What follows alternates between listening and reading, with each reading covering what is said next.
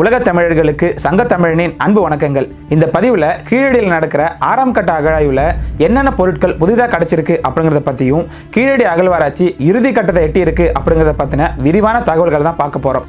தமிழர்களின் தொன்மையை இந்த உலகத்துக்கு பறைசாற்றும் விதமாக நமக்கு கிடைச்சிருக்க கீழடியை பற்றியும், அங்கே நடக்கிற அகழ்வாராய்ச்சிகளை பற்றியும் மக்கள் தொடர்ந்து தெரிஞ்சுக்கணும் அப்படிங்கிறதுக்காக தான் இந்த பதிவே. ஏற்கனவே கீழடியில் நடந்த அகழாய்வுகளை பற்றியும் அங்கே கிடைச்ச பொருட்களை பற்றியுமான காணொலிகள் கீழடி அகழ்வாராய்ச்சிகள் அப்படிங்கிற பிளேலிஸ்ட்டில் இருக்குது. அதோட இணைப்பு கீழே டிஸ்கிரிப்ஷனில் இருக்குது, வேணும்னா அதையும் பாருங்கள்.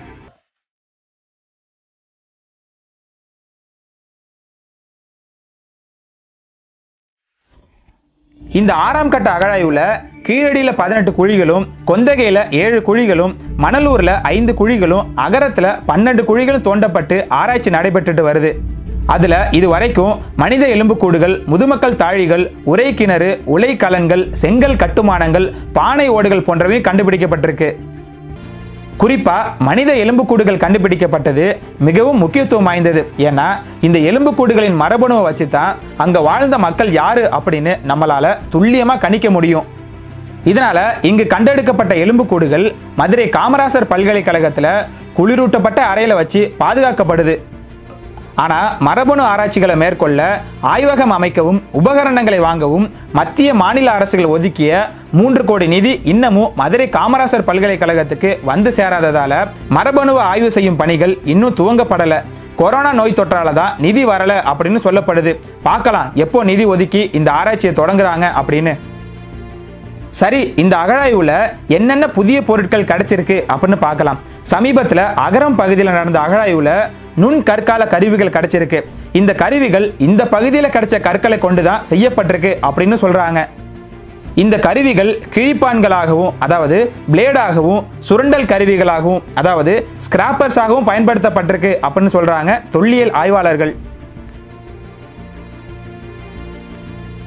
இப்படி கற்களால செய்யப்பட்ட கருவிகள் மட்டும் இல்லாம இரும்பால் செய்யப்பட்ட கருவிகளும் பொருட்களும் கிடைச்சிருக்கு.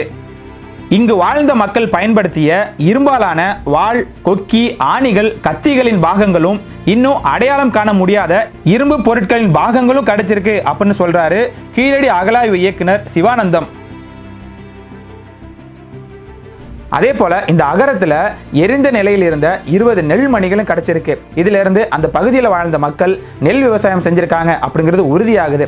இதே போன்ற நெல்மணிகள் பொருந்தல் அகழாய்விலும் கிடைச்சது அப்படின்னு ஏற்கனவே பார்த்துருக்கோம். இந்த நெல்மணிகள் கிடைச்ச இடத்துக்கு பக்கத்தில் இருந்த கல்லுல கிண்ணம் போன்ற குழியும் இருந்திருக்கு.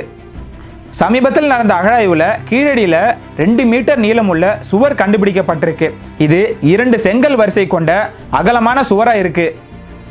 ஏற்கனவே நடந்த அகழாய்வுல சரிந்த நிலையில இருந்த கூரைகளின் ஓடுகள் கண்டுபிடிக்கப்பட்டது. எனவே இதனை தாங்கி நிற்கும் தரைத்தளமும் தூணு இருந்திருக்கணும் அப்படின்னு கூரை ஓடுகள் கிடைச்ச பகுதிக்கு 4 அடி ஆழத்துல தோண்டிய போதுதான் இந்த சுவர் கண்டுபிடிக்கப்பட்டிருக்கு. இது வீடா இல்ல தொழிற்கூடமா அப்படின்னு ஆய்வுக்கு பின்னர் தான் சொல்ல முடியும்னு சொல்றாங்க ஆராய்ச்சியாளர்கள்.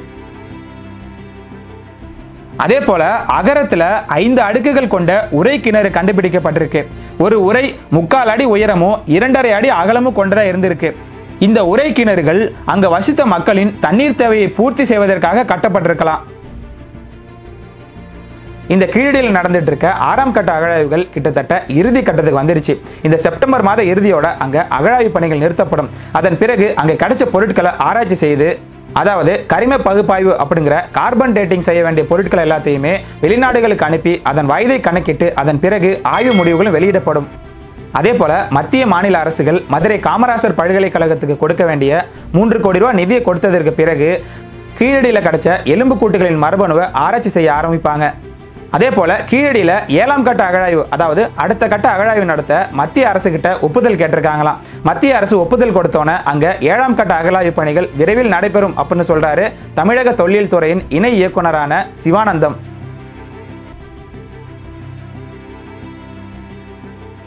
கீழடி போலவே தூத்துக்குடி மாவட்டத்தில் இருக்கிற ஆதிச்சநல்லூர் மற்றும் சிவகலையிலையும் அகழாய்வுகள் மேற்கொள்ளப்பட்டு வருது. இந்த ஆதிச்சநல்லூர்ல 2003-2004 இந்திய தொல்லியல் துறை ஆய்வு செய்து பல பொருட்களை கண்டெடுத்தாங்க. முதுமக்கள் தாழிகளும் மனித எலும்புக்கூடுகளையும் கூட கண்டுபிடிச்சாங்க. இந்த ஆதிச்சநல்லூர் நாகரிகம் தமிழகத்தின் வற்றாத ஜீவ நதியான தாமிரபரணி ஆற்றின் கரையில் அமைஞ்சிருக்க ஒரு நாகரிகம். கீழடியை விட பழமையான நாகரிகமாக கருதப்படும் ஒரு நாகரிகம். இங்கிருந்து ஏற்கனவே ஏராளமான பொருட்கள் கண்டுபிடிக்கப்பட்டிருக்கு. இரும்பு, வெண்கலத்தால் செய்யப்பட்ட நூற்றுக்கணக்கான பொருட்களும் கண்டெடுக்கப்பட்டுள்ளது.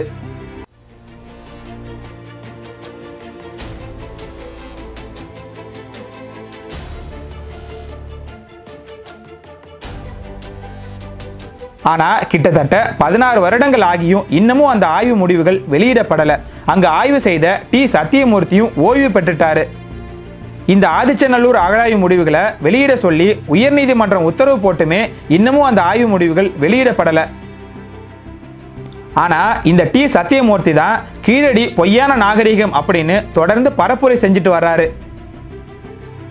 இப்படி இந்திய தொல்லியல் துறை ஆதிச்சநல்லூர் ஆய்வு முடிவுகளை வெளியிடாததால தமிழக தொல்லியல் துறை அங்க ஆய்வு செய்ய முடிவு செஞ்சு அந்த ஆதிச்சநல்லூர் தொல்லியல் பகுதிகளை ஈமக்காடு, வாழ்வீடு பகுதிகள் அப்படின்னு 2 பிரிவா பிரிச்சு ஆய்வுகளை மேற்கொண்டுட்டு வர்றாங்க.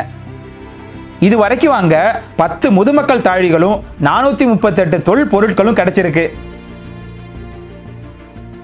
அதே போல ஆதிச்சநல்லூருக்கு 14 கிலோமீட்டர் தொலைவில் இருக்கிற சிவகலையில் நடத்தப்பட்ட அகழாய்வுலையும் இதுவரைக்கும் 61 தொல் பொருட்களும் 31 முதுமக்கள் தாழிகளும் கிடைச்சிருக்கு. ஆனா மக்களும் சரி, ஊடகங்களும் சரி, கீழடி அகழாய்வுக்கு கொடுக்கிற அளவுக்கு முக்கியத்துவத்தை இந்த ஆதிச்சநல்லூர் அகழாய்வுக்கு கொடுக்கறது இல்லை. ஒருவேளை கீழடியை விட இந்த ஆதிச்சநல்லூர் நாகரிகம் பழமையானது அப்படின்னு தெரிஞ்சு அதை மறைக்கத்தான் ஊடகங்கள் இப்படி பண்ணுதோ அப்படின்னு கூட தோணுது. எனவே தமிழர்களின் தொன்மையை இந்த உலகத்துக்கு தெரியப்படுத்தணும் அப்படின்னா நாம எல்லோருமே கட்டாயமா ஆதிச்சநல்லூர், கீழடி, கொடுமணல் போன்று தமிழகம் முழுக்க நடக்கிற எல்லா அகழாய்வு பணிகளுக்குமே முக்கியத்துவம் கொடுக்கணும். தொடர்ந்து இந்த தகவல்களை உங்களுக்கு தெரியப்படுத்திட்டே இருக்கேன். எனவே சங்கத்தமிழ் டிவியோடு தொடர்ந்து இணைந்திருங்கள். நன்றி, வணக்கம்.